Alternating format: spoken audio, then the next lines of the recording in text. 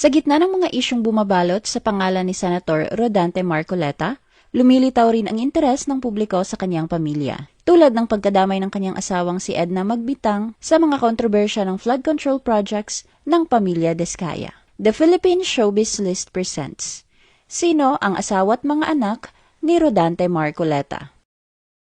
Edna Magbitang Marcoleta.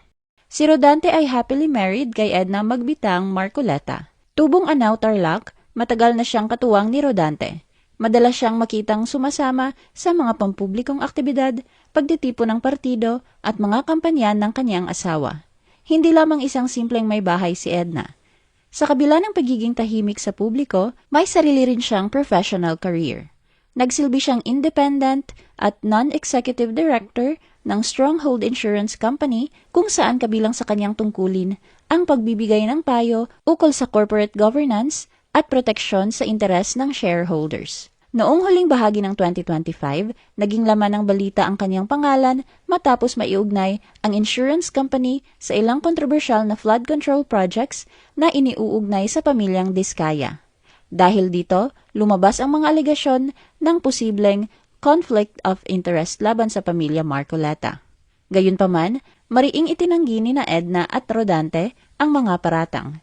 Nilinaw ng senador na ang kanyang asawa ay walang direktang partisipasyon sa operasyon o pamamahala ng kumpanya at nagsisilbi lamang bilang isang independent director. Paulo Marcoleta. Isa sa mga pinakaprominenteng pangalan ngayon sa lower house ay si Paulo Henry Magbitang Marcoleta. Nagtapos si Henry ng Bachelor of Arts in Broadcast Communication sa UP Diliman noong 1998 at naging aktibo rin sa cultural and arts organizations tulad ng UP Repertory Company at UP Cinema Arts Society. Nagpatuloy din siya sa pagkuha ng MBA units sa Ateneo Graduate School of Business. Bukod dito, sumabak din siya sa pag-arte at nakilala sa kanyang papel bilang Mr. Bernardo sa Guerrero 2, Tuloy ang Laban, na nagbigay sa kanya ng parangal bilang New Movie Actor of the Year sa PMPC Star Awards noong 2021. Bago tuluyang naging mambabatas, si Paulo ay nagsilbi muna bilang Chief Political Affairs Officer o Chief of Staff sa tanggapan ng kanyang ama sa Kongreso. Bilang presidente ng Sagip Party List, siya ang naging natural na kahalili at unang nominado ng partido nang magpasya ang kanyang ama na lumipat sa Senado. Opisyal siyang umupo bilang representative ng partido sa 20th Congress noong June 2025. Tulad ng kanyang ama na kilala sa matatapang na pahayag, hindi rin umiiwas si Paulo sa mga maiinit na isyong politikal sa bansa. Noong huling bahagi ng 2025, matapang siyang bumoto ng no sa ikatlo at huling pagbasa ng General Appropriations Bill. Kanyang kwenestyon ang paglalaan ng malalaking unprogrammed appropriations na ayon sa kanya ay maaaring magamit lamang sa political patronage. Bukod dito, naging kapansin-pansin din ang kanyang papel sa House Committee on Justice noong unang bahagi ng 2026. Siya ay tumayo bilang isa sa mga masusugid na tagapagtanggol ni VP Sara Duterte laban sa mga reklamong impeachment na inihain sa Kamara. Sa huli, opisyal siyang bumoto laban sa impeachment ng Vice-Presidente na nagpapakita ng kanyang matatag na alyansa at paninindigan sa kasalukuyang liderato. Sa kanyang personal na buhay, si Paulo ay kasal kay Ana V. Marcoleta. Bukod sa pagiging katuwang ng kanyang asawa, si Ana ay naglilingkod din sa gobyerno sa judicial branch bilang bahagi ng Court of Appeals. Libni Marcoleta.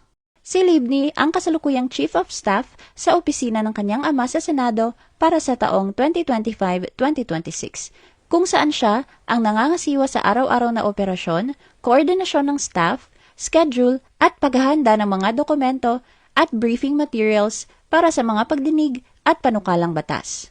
Bukod dito, siya rin ang Secretary General ng Sagip Party List at kabilang sa mga namamahala sa administratibong operasyon ng grupo.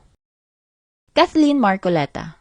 Si Maria Kathleen Marcoleta ang unika iha ni Rodante at Edna. Si Kathleen ay naging bahagi ng Food Revolution Movement bilang isang Food Revolution activist member. Siya ay isang volunteer na aktibong nagsasagawa ng feeding programs para sa mga bata sa Maynila, partikular sa mga proyektong may kaugnayan sa food nutrition at child welfare.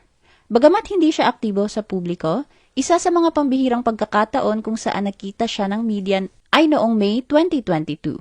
Kasama ang kanyang ina at kapatid, sinamahan niya ang kanyang ama sa proklamasyon ng mga nanalo sa party list elections na isinagawa ng COMELEC sa Philippine International Convention Center. Sa naturang okasyon, formal na ipinagdiwang ng pamilya ang pagwawagi ng Sagip Party List. Samantala, lumabas sa opisyal na tala ng Senado noong 2025 na si Kathleen ay kasalukuyang bahagi na rin ng public service sa loob mismo ng opisina ng kanyang ama. Ayon sa naturang tala, siya ay nagsisilbing Director 5 sa opisina ni Senator Marcoleta. Ang posisyong ito ay kabilang sa mataas na rango sa executive and administrative structure of the legislature. Ano ang masasabi mo sa video na ito? Mag-like o mag-react at huwag mahiyang mag-comment. For our YouTube viewers, huwag kalimutan mag-subscribe at i-hit ang notification button. At para sa aming Facebook viewers, mag-like at follow sa aming Facebook page para updated ka sa mga showbiz chika. Thanks for watching!